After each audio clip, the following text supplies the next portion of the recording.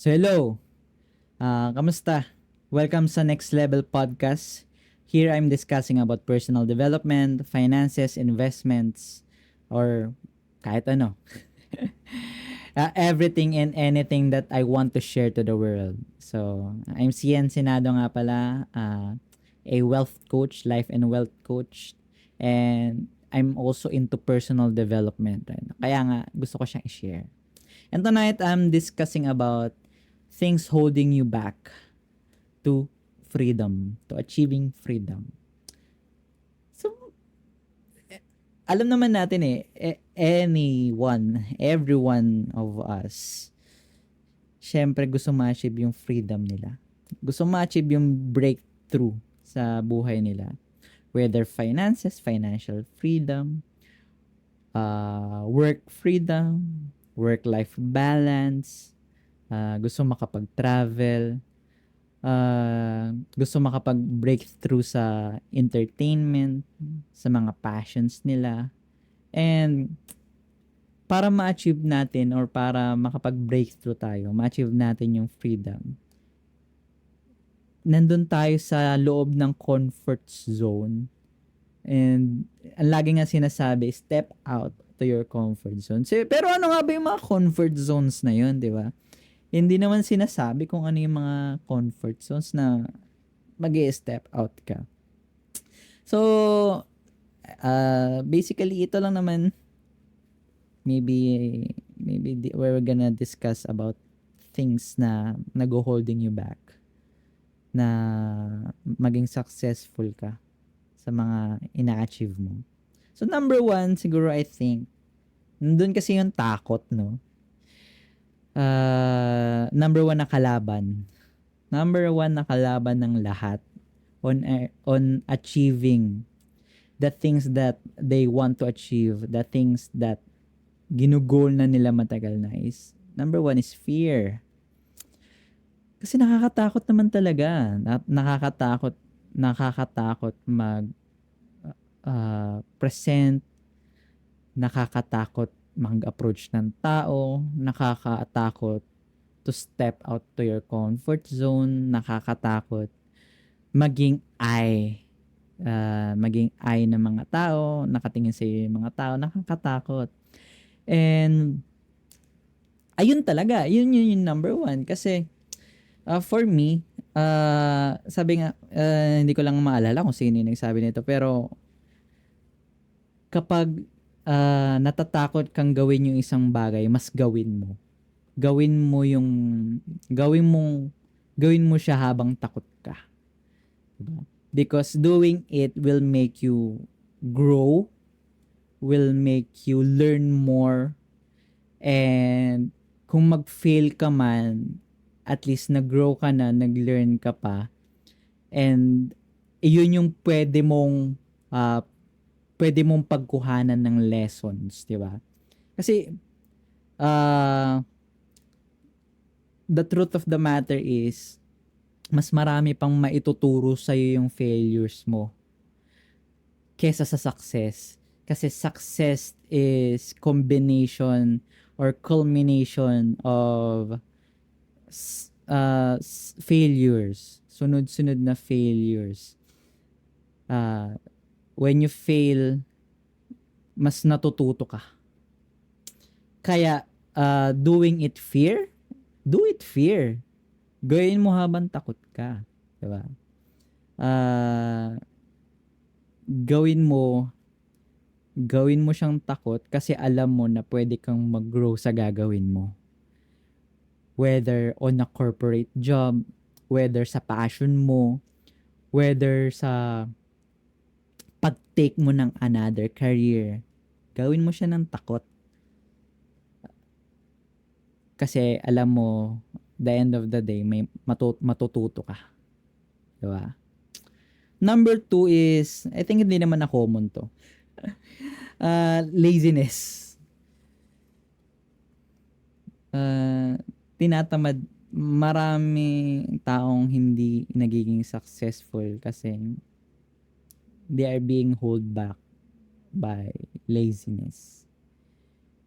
Laziness in a sense na hindi lang naman sa ayokong kumilos, ayokong pumunta sa ganyan. Pero for me, laziness na yung hindi mo pagsagot sa mga managers mo, hindi mo pag-attend ng mga meetings. Laziness na yan for me. And mag-accumulate ng mag-accumulate yan in effect to you. Kaya yung mga breakthroughs for you, hindi dumarating. Kasi hindi ka nag-show up. Yun yung ano eh, kapag you're gonna be lazy all of the time, yung pag-show up, nawawala sa'yo. So dun, laziness. And ano pa ba? I think number 3 is worrying. Masyado tayong nag-worry sa future. And most of the time, lalo na kapag nag-overthink tayo, ino-overthink natin, wino-worry natin is syempre hindi siya number one, hindi siya mangyayari. Kapag hindi mo siya ginawa dahil nag-worry ka, hindi mangyayari yung goals mo. At the same time, yung wino-worry mo sa future mo, kung hindi ka nga gagawa ng bagay na karapat-dapat o yung kailangan mong gawin, mas darating siya sa'yo. Kasi it's a negative thinking, and if you're gonna think every time yung negative thinking na to, darating at darating yan sa'yo. Diba? Kapag if you're gonna i-stay mo yan sa minds mo, parang ano yan eh, parang negatively minamanifest mo yung mangyayari. Diba? So, wag na mag-worry, wag na mag-overthink. And wag na rin tayo mag-complain. 'Di ba? Complaining is part of behavior. And kung lagi tayong magko-complain sa isang bagay o sa mga bagay na the usual na nangyayari, or most of the time nagko-complain tayo kapag inconvenient sa atin, hindi natin gusto, hindi tayo sanay, nagko-complain tayo. Pero the mere fact na dumating siya sa iyo, maybe it's an opportunity to step out. 'Di ba? To your comfort zone.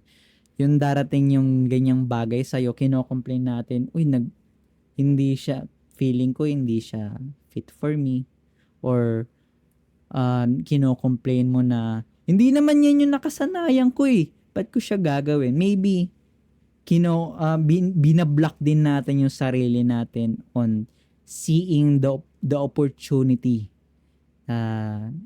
Kino-complain and nagko-complain tayo. 'Di ba? Maybe binablock kagad natin yung opportunity na pwedeng dumating by just complaining it na hindi sa atin bagay, hindi tayo suitable, hindi natin kayang gawin. Complain. Talagang walang mangyayari, 'di ba? So ano ba ang pwede nating matutunan dito? I've been in a personal development journey for the past mag-iisang taon na. I'm really happy. And ito lang yung mga natutunan ko. Structure plus discipline is equals freedom. Structure plus discipline is equals freedom. If meron kang structure to yourself and you are disciplined to do it all over the day, all over the time, sunrise, sunset, you're gonna wake up in the morning, matutulog ka, you being disciplined and doing it, freedom is darating na lang sa'yo.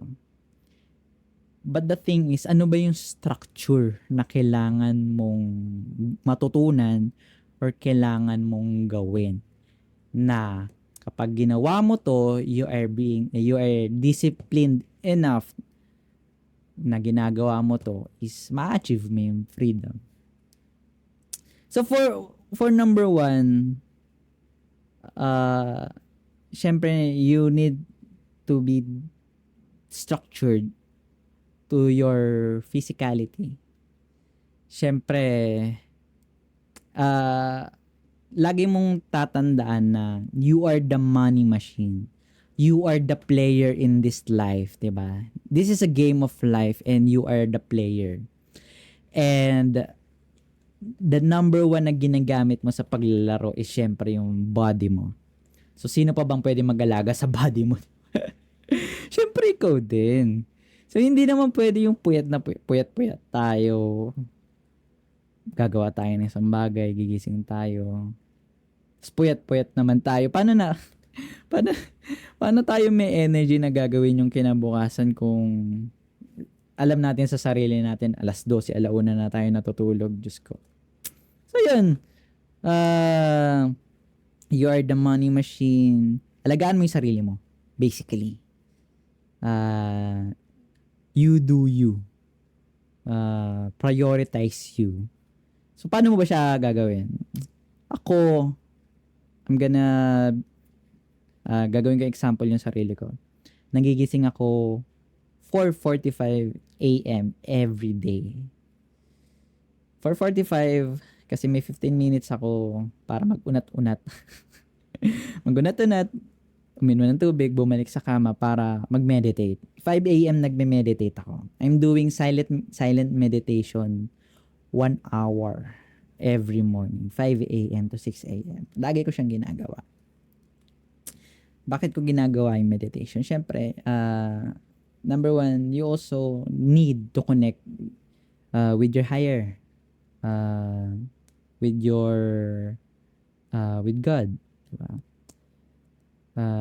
You need to connect with the higher being. And one way to do it is through meditation. Nako, I'm doing silent meditation 1 hour. I'm just sitting in my bed and pipikit. Tapos tuloy-tuloy yun, 1 oras. Makatulog man ako, okay lang. Pero I know to myself na most of the time is I'm just being silent and surrendering my future and the day itself to the Lord, to God. So yun, I'm doing silent meditation and then after that is physical na. Exercise. As a matter of fact, actually mag-iisang taon na. 1 year ago, I'm 96 kilos. Oh my God. 96 kilos. Ngayon, I'm averaging 66. Wow. Nabawasan ng 33, no? 33 kilos. And ang ginagawa ko sa umaga, nag-home workout lang ako. Home workout, hindi pa ako nakaranas ng gym. In my entire life, hindi pa ako nag-gym. Home workout and then calorie deficit. Yan. Siyempre, kailangan mo alagaan yung sarili mo. So, yun. I'm expanding myself with my physicality. Workout, running. And then, after that, reading book. Siyempre, kailangan mo magbasa. Yan. For you to develop, syempre, kailangan mo magbasa. Ginagawa ko siya every day before ako mag-work. Most of the time, nag-start ako mag-work mga 9 a.m. And matatapos ako mga around 8:45 p.m. Woo! Grabe pag, freelance. Pag freelance ka, kala mo, hindi ka mag-work ng 9 to 5, mag-work ka pala ng 24/7. Di joke lang. Galing. So yun. And then, I'll make sure that 10 p.m. is lights out. Tutulog na ako niyan kasi kinabukasan magigising ulit ako to do meditation. So yan, that's what I do with my health. Next thing is focus naman to your minds. Ano ba yun? Ano ba yung focus to your minds? Develop your mind. Kung saan kang career, attend learning sessions through that. Diba? Keep uh, sharpening the saw na meron ka. Kung nasa ang field ka, business, finance, investments, always do your own learning sessions. Makinig ka, umattend ka ng webinar, umattend ka ng seminars, pumunta ka, maging seminarista ka. Make time, invest to yourself kasi ikaw din may kinabang nun, di ba? So yun, expand your mindset.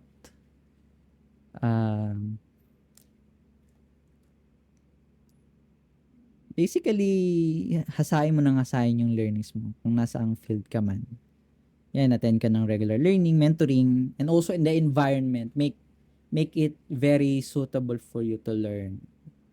Kung kailangan mo ng community, go! Find a community. Maghanap ka ng community na alam mo sa sarili mo na madedevelop ka. Yan. Next thing is also develop you emotional. Wow, emotional. Allow yourself to perfectly self-express yourself. Huh? Allow yourself to do perfect self-expression. Kung galit ka, magalit ka. Pero huwag ka lagi magalit. Kung naiinis ka, okay lang mainis. Kung nagagalit ka, okay lang magalit. Kung masaya ka, maging masaya ka. Diba? Kung nagagalit ka, take a deep breath, inhale, and exhale. Tapos think about it.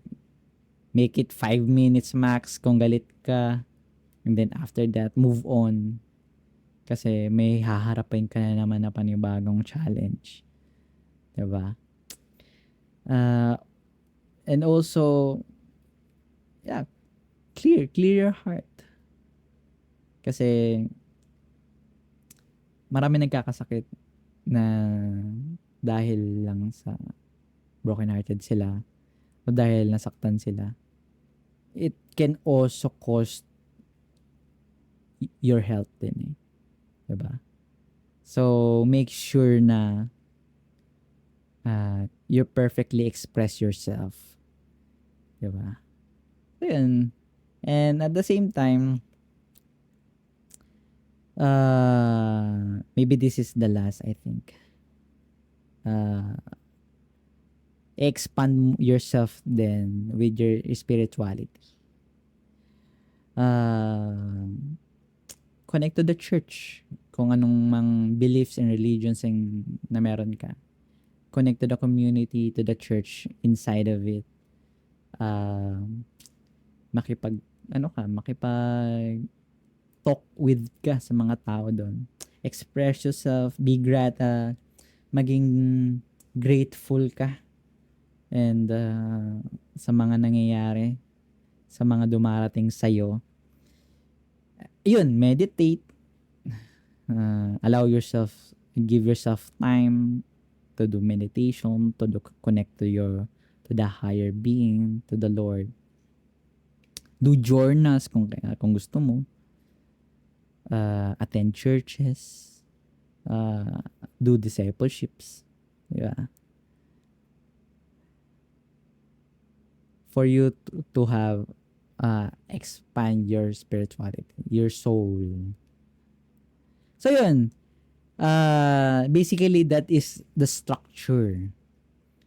Na focuses you. That structure make yourself grow with your physicality, your health, with your mind, with your heart, with your soul. And that structure, and kapag paulit-ulit mo siyang gagawin, na ginagawa mo siya na hindi ka kagad naghahanap ng result for yourself, kasi you know na number one, it will help you, 'di ba? And number two, it will let you grow. Is yung structure na yun is may embodied mo na. Yung hindi ka na parang hindi ka na sanay nang wala ito, 'di ba? Sa ganda ng ginawa nito sa buhay mo. And yun at yun din ang magiging, for me, naging factor for me kung bakit I'm feeling, bakit I have the overflowing gratitude right now, overflowing of abundance, and the freedom na hinahanap ko for the past years. It is because I'm just focusing on myself. Number one, focusing myself. So yun, nakakatuwa. Nakakatuwa lang na on this platform, I can share it to you. Maybe marami pa tayong pwedeng pagkwentuhan about this. But yun lang.